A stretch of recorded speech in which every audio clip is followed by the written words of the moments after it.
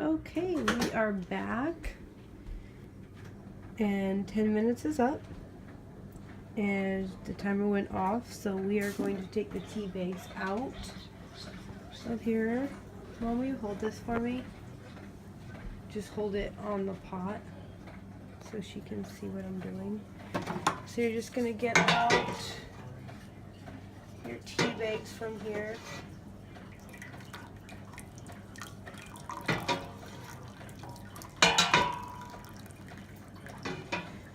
And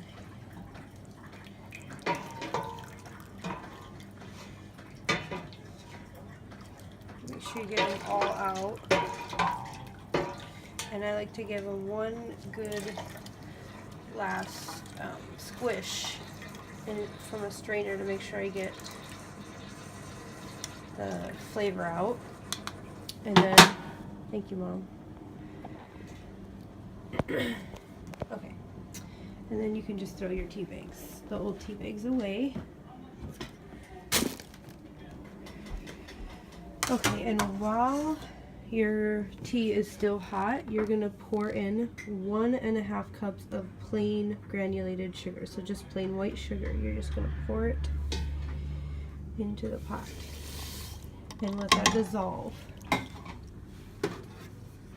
Let it dissolve all the way in, and don't worry, all this sugar, you're not even actually drinking the sugar when you drink your kombucha because it turns into yeast. This is what makes the SCOBY form. It just turns it, the fermentation process turns it into good bacteria and yeast. I'm just going to mix that in, and now you're going to add in 4 more bottles of bottled water.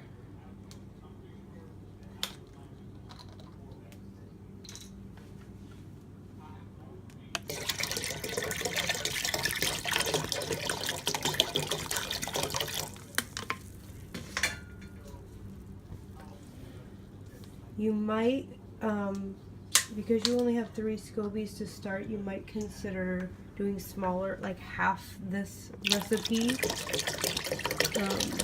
or you could do the whole one. It's up to you, but you might try cutting the whole recipe in half. So using, starting off with 2 bottles of water, boiling it with 6 tea bags for 10 minutes, and then adding 2 more bottles of water in at the end, like I'm doing right now, instead of, so you just cut everything in half, and then using only 3/4 cup of sugar instead of 1.5. That's how I started, because I only had 3 SCOBYs when I started, and then once I had more SCOBYs, I started making bigger batches. Okay, so we've got all 4 in there. Just gonna give it a good stir.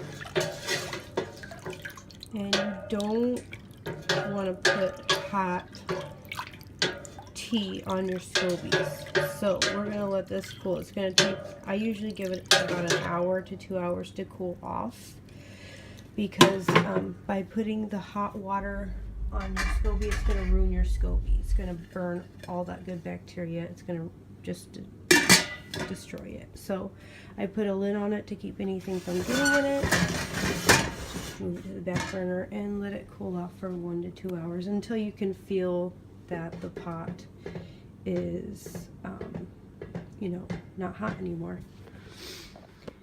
And that's also why I add in the room temperature water or cold water at the end, because it helps to cool it off faster instead of boiling it all at once. Okay, so here I have the fruit.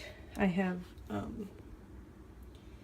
some mango, and then I just put it, it wasn't enough, so I added some, I like to use organic fruit, but you can use whatever you have.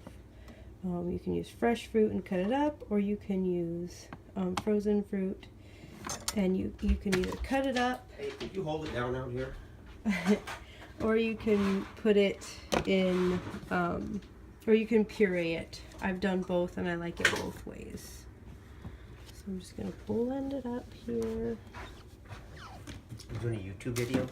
Yeah, for Donna. She's gonna make kombucha. And I had to put a little bit of cranberry juice in here to make it blend better.